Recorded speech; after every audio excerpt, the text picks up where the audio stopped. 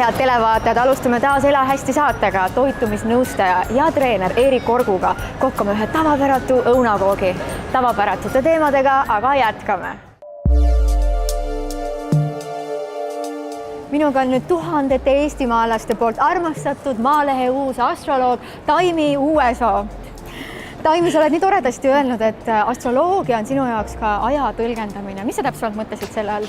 Aga ma mõtlengi, et astroloogia on aja tõlgendamine ja ajateadus. Et ühesõnaga me vaatleme aega ja ajast lähtuvalt teeme järeldusi. Täpselt nii, nagu me teeme järeldusi, millal tuleb kevad, millal tuleb suvi, millal tuleb talv, eks ole, harilikust kalendrist. Nii on meil ka. Aja mõõdu kalender, niimoodi võib öelda ometi. Ja see aja tõlgendamine, see ongi siis nagu tõepoolest nagu see lihtsalt mitmekülgsemal tasandil, kui me hariliku kalendri järgi seda teha saame, kuna meil on märksa rohkem tsükleid, märksa rohkem planeeditsükleid, kui meil on harilikus kalendris. Harilikus kalendris on kuu, maa ja päike. Ja meil on veel miljon planeete, eks, mis meid mõjutavad. Just. Okay, ma olen mõelnud selle peale, et astroloogina vist üks asi, mis nagu seda nüanssi mõjutab, milliseid sõnumeid mis signaale sa välja annad, lähtub sellest, et kuidas sa neid planeete enda jaoks tõlgendad. Näiteks ma olen vaadanud, et mõni astroloog, kui ta näeb, et tuleb Pluto või Uraan või on mingisugune muutus, siis ütleb, et vesi on ahjus, nüüd läheb raskeks. Aga tegelikult mina olen mõelnud seda, et see on ju, ma vaatan ka küsimus, eks ju, et kuidas, kas sa näed võimalusi või näed sa pingutust nõudvat aega, et kuidas sina seda asja näed või mida sa nagu arvestad nende planeetide tõlgendamisel, mis oleks oluline? Väga õigesti oled sa aru saanud. Uuem astroloogia vaatlebki just nimelt võimalusi eelkõige. Vana astroloogia järgi oligi nii, et olid halvad planeedid ja head planeedid, halvad aspektid ja head aspektid. Jah, just. Eks ole? Hästi mustvalge. Aga tegelikult ei ole olemas, ei halba ega head. See on suhtumise küsimus, lähenemise küsimus. Alati on olemas võimalus. Kui me vaatleme seda niimoodi, et üks on halb ja teine on hea, siis me ei saa sealt õiget informatsiooni. Siis põhimõtteliselt ja peale selle veel ennustatakse, eks ole. Et kui siis astroloog võtab veel kätte ja ütleb, nüüd tuleb halb aeg ja nüüd kohe juhtub tingimata üks, teine ja kolmas ja neljas asi, eks ole, siis see ei saa niimoodi olla, eriti veel, kui me räägime üldastroloogiast. Ja mis on veel väga suur oht on see, et kui ennustaja, kes iganes, kas see on nüüd astroloog või on see nüüd sensitiiv, nõid, kes iganes ennustab inimesele midagi väga konkreetset, siis inimene võtab selle endasse ja ta hakkabki programmeerima ennast selliselt ja ta käitubki sellele vastavalt ja ta toob selle tegelikult teise inimese otsuse oma ellu, eks ole, ja loob sellest oma elu, on ju? Väga hästi ütled. Meil on nii palju planeete ümber, mida me teame, mida me ei tea. Vanast siis ajast peale on astroloogias mingisugused planeedid, mida me jälgime ja mille mõjusid me teame. Küll aga ma mõtlen seda, et nii palju on seda, mida me ei tea, mis meid ka mõjutab, et äkki see nagu nullib ära selle, mida me juba teame. Kas sa kuidagi nii oled mõelnud, niimoodi filosofeerinud natuke? Ei, niimoodi ma otseselt mõelnud ei ole. Ma ei mõtle ka mitte planeetide mõjudest, sest me ei tea, kas nad meid mõjutavad või mitte füüsikaliselt otseselt, siis eks ole. Et sellepärast ma räägingi ajast. Ma räägingi ajast sellepärast, et me räägime planeeditsüklitest. Tähendab, mitte meie ei mõõda, astronoomid mõõdavad planeetide liikumise tsükleid ja me arvestamegi neid tsükleid, nagu tsüklite kokkupuuteid omavahel, tsüklite omavahelisi mingisuguseid mänge, eks ole. Ja sealt see aeg, nagu see ajamõõdu teema tulebki, see on täpselt nii, et üks aasta on tegelikult maakera tiir ümber päikesse, eks ole. Astroloogiliselt me vaatleme siis maa pealt, nii et päike nagu siis liigub siis Zodiaagi ringis ühe ringi, eks ole. Täpselt samamoodi kõik teised planeedid mingi aja jooksul. Näiteks Saturni tsükkel on 28–30 aastat, eks ole, ja niimoodi on igal planeedil on oma tsükkel. Ja siis, kui tsükkel täis saab, teeb ringi ära, siis toimub mingisugune korduvus. Sest kui tõepoolest avastatakse uus planeet, nii nagu praegugi on päikesesüsteemis ju avastatud, eks ole, siis neid lihtsalt hakatakse uurima nende tsükleid. Me lihtsalt võtame arvesse nii palju tsükleid, kui meil parasjagu on ja nii palju, kui me tahame, sest on astrolooge, kes arvestavad näiteks kõigi asteroidide tsükleid isegi. Päike on nagu siis inimese jaoks see nii-öelda esimene ja siis võetakse järjest olenevalt päikesemärgist täpselt, et kui sa näiteks oled jäär, siis sinu rahaasjad on Veenuse ja sõnni teema, eks ole, ja kui sa oled näiteks sõnn, siis sinu rahaasjad on hoopiski kaksikute ja Merkuuri teema, see on üldine. Kes sina oled? Mis tähemärk sa oled? Lõvi. Nukid, väga lõvi, nii äge! Ja meie saates on ju Eerik Orgu, kellega me nüüd siis lähme kohe süüa tegema, tema on kaljukits. no vaata sa. Nii et Lõvi Kaljukits on meil tänane saade. Nii tore. Aga sa rääkisid vanast astroloogiast ja uuest astroloogiast, et mis see nagu vahe on? Suhtumise vahe. Aastate jooksul on lihtsalt pandud tähele, et ei ole kaugeltki mitte nii, et alati iga pingeline aspekt toob midagi halba. Mina olen õppinud nagu pigem hindama isegi seda vanasti väga mitte hinnatud Saturni ja pigem Jupiteri isegi pelgama isiklikul tasandil. Oota, Saturnil oli see mingi, et toob neid puhastusi ja... Just nimelt ja survestab, ei lase sind sinna minna, kuhu tahad. Et kui me võrdleme näiteks Jupiteri ja Saturni astroloogiliselt, siis Jupiter kui suur heategija, nagu vanasti öeldi, on nii nagu see hea isa. Vaat see niisugune isa, kes ütleb lapsele, et mine, tee, saad kogemuse ja õpid, eks ole. Aga Saturn on selline isa, kes kasvõi ehitab aiad ette, aga ta ei lase lapsel saada halba kogemust, eks. Sa siis Lõvide kohta välja vaatasid selle aastada. Millal sa siin, kas sa juulis või augustis? Augustis 15. Väga hea, ma olen 3. Nii, et mis meil tuleb nüüd siis? Ma ei ole lugenud su horoskoopi. No jah, mis meil tuleb? Vaata, Lõvide jaoks ongi tegelikult on see Saturni teema, aga Pluto teema on nagu hästi olulisel kohal praegu, sest see on kohustuste, nad mõlemad, mida on Lõvide jaoks kohustuste majas, just nimelt siis üldastroloogia järgi, päikesemergi astroloogia järgi, mis tähendab seda, et Lõvid võiksid nagu kõik vaadata läbi oma igapäevaharjumused, et oleks puhkuse ja tööaeg oleks tasakaalus. Kui me räägime suurtest uuendustest, siis Lõvide jaoks juba eelmisel aastal alanud on just nagu tööalased, karjäärialased eesmärkide muutuse teemad. Need on põhimõtteliselt õhus veel isegi ja mida siis veel? No ühesõnaga, ja on niikuinii. Aga räägime lõpetuseks natuke seda ka, et vaatajad kindlasti kuulevad ja mõtlevad, et aga mis siis nüüd sellel aastal hakkab toimuma, sest see Taimi tegi ju terve horoskoobi, eks ju, kogu aasta peale. Kas on mingisugused üldised tendentsid, millega me võiksime arvestada? Üldised tendentsis, Mis siin nüüd näiteks aprill ja mai jooksma hakkab? Jah, kui sa niimoodi küsid, siis ma ütlen selle kohta, et mina ei ole ennustaja, eks ole. Muidugi, et ma tegelikult ei tahaks. Kui ma räägin sellest üldisest, siis kõik inimesed võiksid vaadelda seda, mis eelmisel kevadel toimus nendega, mai-juuni just, eks ole. Ja needsamad teemad võivad olla ka sügisel edasi läinud ja praegu kuidagi seisavad või peab nendega veel tegelema. Need nüüd siinsamast märtsis-aprillis tõenäoliselt peaksid jätkuma.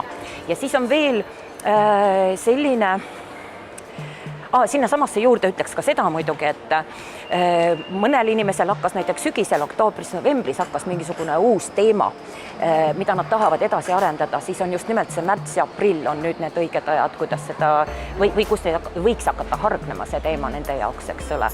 Et see on üks kõige suuremaid ja kõige olulisemaid märke. Kuidas sa Uraani tõlgendad? Uraan on uuendus, Uraan on äratus. Igal juhul see, et ta nüüd sõnnimärki läheb, siis sõnn on stabiilne maamärk, Uraan paneb maa värisema põhimõtteliselt, võib öelda. Nüüd hakkab tsükkel, mis kestab 7 aastat, Uraan sõnnis. Sõnnis? Just. Okay. Ja see on üks kõige märkimisväärsemaid muutusi praegu just nüüd nimelt, eks ole, mille eelmängu me saime eelmisel aastal näha juba siis kevadel ja sügisel, eks ole. Aga nüüd siis on see lõplik tsüklivahetus toimub. Ja see tähendab seda, et nii inimkonna suhtumine loodusesse, poliitikasse, tervishoidu, millesse iganes, see kõik võib põhjalikult muutuda. Taimi, aitäh sulle selle jutustuse eest astroloogiast. Astroloogia on ajatõlgendus. Aitäh sulle. Täna mul saates suurte musklitega Nunnu Kutt, kes oskab muuhulgas süüa ka teha, vähemalt nii väidetakse. Tere, Erik! Tere! Erik, kuidas siis elu ilma teedita läheb? Sul tuli välja uus raamat? Väga hästi läheb, raamat on tegelikult läbi müüdud peaaegu ja mõtlen siin teise trüki peale. Ma ütlen ette ära ka, et kui me lõpetame selle saate, jälgi seda hoolega, sest ma võtan siit ühe küsimuse või äkki Erik võtab ühe küsimuse ja ma panen selle Facebooki ja 2 inimest võidavad selle raamatu. Teeme nii, ma panen sinna veel autogrammiga sisse. Pühendusega raamatu. Pühendusega veel. Salasõnumi ja pühendusega. Mis me täna teeme?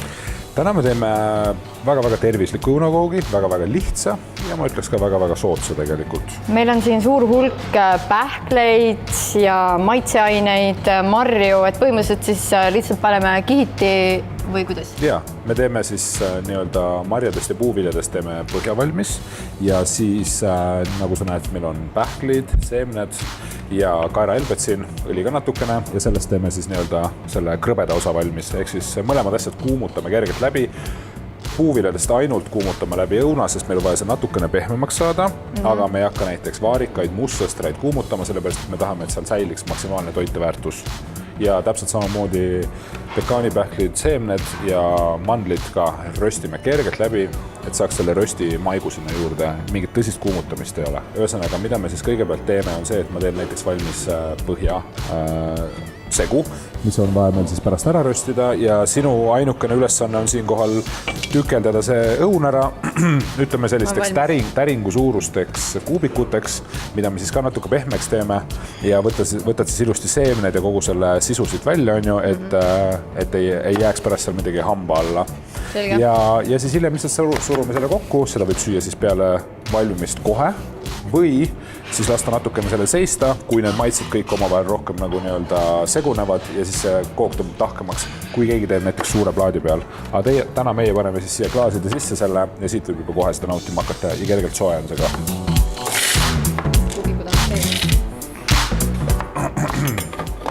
Mis asjad need kaks seal on huvitav?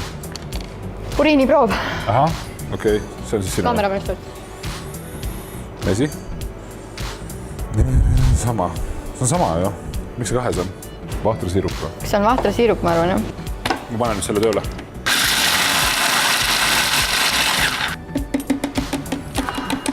Palju sa oled juba tänaseks jõudnud retsepte leiutada? Tänaseks ma arvan, et originaalretsepte on mul tehtud umbes 250. Ja kui me nüüd räägime nendest retseptidest, mida ma siis olen laiast maailmast nii-öelda kuulsaid toite võtnud, siis need on tegelikult kõik, ühtegi retsepti originaalkujul ei ole läinud. Need ma olen tuuninud veel tervislikumaks ja nende retseptide arv annab siis kokku hetkel minu toitumiskava retsepti koguks 542 oli viimane number vist, ehk siis ligi, jah, ühesõnaga ligi 300 retsepti on siis modifitseeritud ja 250 sellest on siis täiesti nagu originaalid, mida kuskilt väga ei leia. Mis see viimane retsept on, mis sa välja mõtlesid? Äkki T-bone steak või? Oh, nice. Ja mis järgmine samm on siis? Järgmine samm on tegelikult selline, et me päris nii kiiresti ei saa. Me nüüd röstime siis need panni peal kergelt ära, aga ma lihtsalt ütleksin siin, et kui vaatajad tunnevad, nad tahavad seda ahjus teha või nad teevad suurema koguse, siis tegelikult see segu, mis me siin valmis tegime, võib peale panna ka sellele segule, mis me nüüd teisena täna teeme, ehk siis õunamarja segu on ju, mis me teeme. Siis pärast on niimoodi, kui õunamarjad on valmis, need lähevad siis selle vormi põhja ja see läheb sinna peale ja siis see läheb ahju 9–12 minutit, ehk siis kuni see on kuldpruun pealt ja 200 kraadi juures. Aga meie täna teeme sellise kiirvariandi, kuna me teeme väikse koguse ja tahame siis serveerida nendes klaasides. Seetõttu ei ole väga tähtsust, mis järjekorras me seda kõike teeme. Röstime siis selle põhja nii-öelda või tegelikult katte ära, sest see jääb siis nii-öelda peale. Ja nagu ma ütlesin, selleks me paneme siis siia peale kookosrasva. Nüüd siis läheb see segu peale. Ja kiire röst, ma ütleks, et 3–5 minutit oleneb, kui palju segada. Kas oleks vaja mingit pannilabidat ka? Ei ole. Okei, no tee veel seda, tee veel. Ma nüüd kohe väga seda teedes mõttes teha ei tahaks, sellepärast, et siin on nii väikene kiht seda peal, et me saame siis põhimõtteliselt 2 või 3 korraga. Ongi niimoodi minut, siis väikene vise, minut, väike vise, minut ja ongi valmis tegelikult. Super. Oota, kas seal on mingi nipp ka, mis praegu teed? Tee veel. See on nagu mingi randmes või? Ei, see ei ole randmes. See on tegelikult, kui nüüd lasku teda väga tehniliseks minna, siis tegelikult on see siis nii-öelda rinnalihase ja seljalihase töö.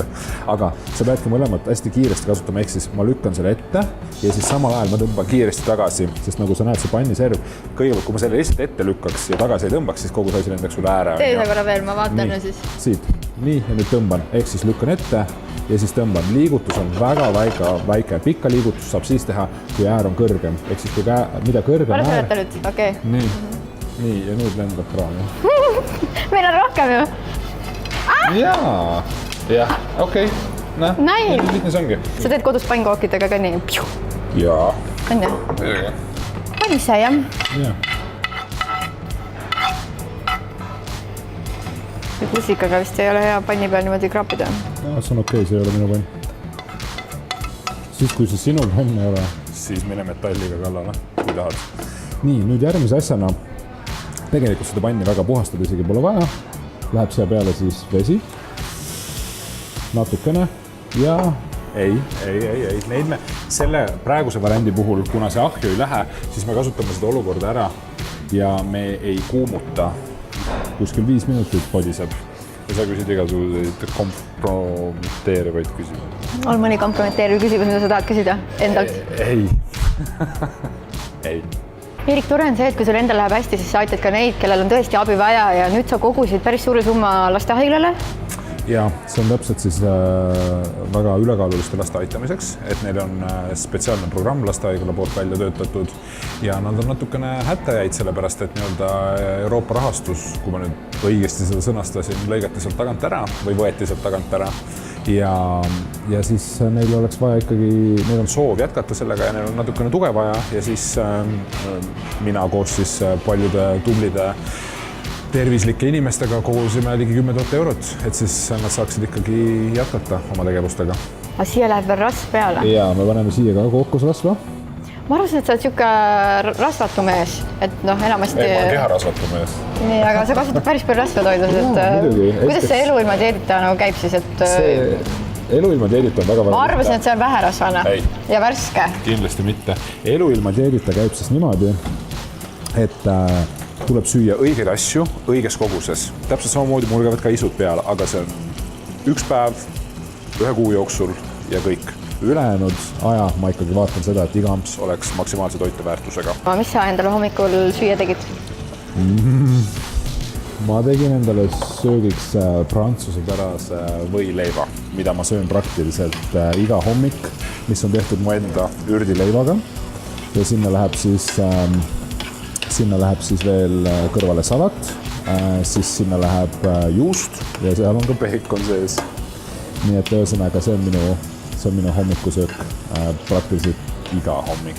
Nüüd sa oled hakanud koostööd tegema ka taimse teisipäevaga ja taimetoidud on leidnud tee sinu kavadesse, et kui palju sa ise taimetoitu muidu armastad ja tarbid ja mis sa nagu arvad sellest? Väga armastan ja nagu ma soovitan ka taimse teisipäevaga koostööd alustades, siis nende sõnum ja minu sõnum on siis see, et iga teisipäev võiks olla taimne inimestel. Et siis sa oled ingverit nüüd täitsa? Jaa, praegu läheme siis hakkama maitsestama seda. Ma olen proovinud teha seda ilma ingverita, ma olen proovinud teha päris seda palju mõned? Jaa, sellepärast, et see annab sellele õunakoogile sellise mõnusa maitse. Järgmiseks läheb kaneel sisse. Kaneeli ma armastan. Ja siis me paneme lõpuks paneme vahtra siirupi ka. Ja nüüd on siis kuumus maha keeratud, nagu ma ütlesin, ma ei taha vaarikaid ja ma ei taha mustikaid kuumutada, et siis säiliks see toiteväärtus on ju.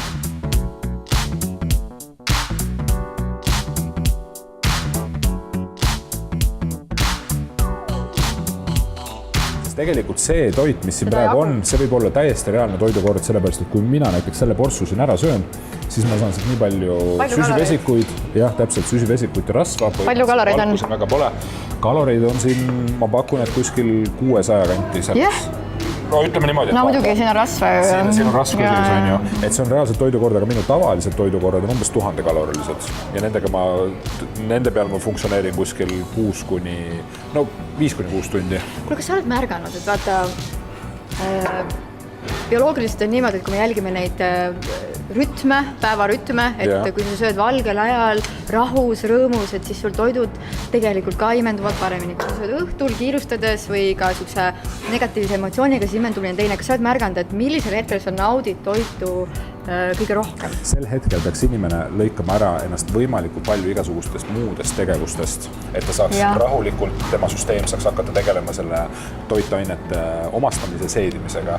Sest kui me nüüd mõtlema hakkame, siis tegu on tegelikult äärmiselt tähtsa protsessiga, sest kui inimene üritab näiteks oma autot samal ajal tankida ja käsipesuriga seda pesta, siis on suur tõenäosus, et midagi läheb untsu selles protsessis, on ju. Seega samal ajal on ju, ei ole mõistlik teha teist tegevust sinna kõrvale. Ehk siis keskenduda sellele ühele asjale ja mina üritan niimoodi, et kuskil 20 minutit enne söömist ja peale söömist on mul võimalikult vähe igasuguseid muid tegevusi. Ma jätan telefoni kõrvale, ma kuulan muusikat, võib-olla vaatan midagi, aga proovin ka neid tegevusi vältida ja olla nii-öelda toiduga. Aga kas sa usud sellesse, et kui sa nüüd võtad siit selle toidu on ja mõtled, see on nii hea, siin on kõik need head toitained ja soovid sellele kuidagi midagi nagu juurde, et kas sa nagu enda peas suudad välja mõelda mingisugused seosed, et ta selle võrra nüüd on ka parem? Või kuidas sul on sellega? Ma ikka jään selleks, et ma ikka tean, et see on väga hea nagu. ma võib-olla mõtlen sellele, ma võib-olla nii palju ei taju ja ei tunne, aga ma mõtlen ja see mõte nagu annab mulle väga hea ja kui me lähme kvantfüüsikasse, siis mõte on ju jõud, puhas footonite liikumine, nii et see tähendab seda, et ikkagi sa suunad oma mõtte kuskile ja siis niimoodi juhtub. Okei, ja teine, kui me seda maitseme, mul täna hommikul tuli siuke seos pähe, et Eerik tagurpidi on kire. Kas see on nüüd kiire või see on kire? Kumb? Üks tahaks? Noh, see on kire, on vaata selline kirg toidu vastu ja kiire on selline kiiresti valmis tehtud ka. Aga hea, okei, nii, võta lusikas, maitseme. Aitäh, sina enne. Minu enne. Ma olen siin juba enamus koostused juba näksinud kõrvalt. Siis kogu see kooslus koos. Ja Peki.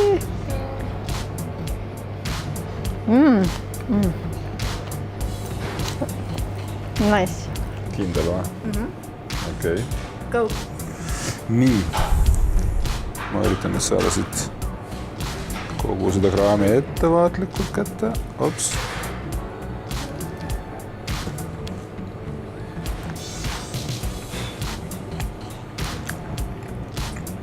Suurepärane. Peaks natuke juurde vaniljajäätist ikkagi. Mingisugune selline ma ütlen, see asi sobiks see küll, jah. Ja ma tahaks küll öelda, et see on päris hea, et need seemned on hästi siuksed krõbedad ja kergelt röstimaigused ja siis all on siuke pehme õuna ja mustikani mingisugune maitsekoosus.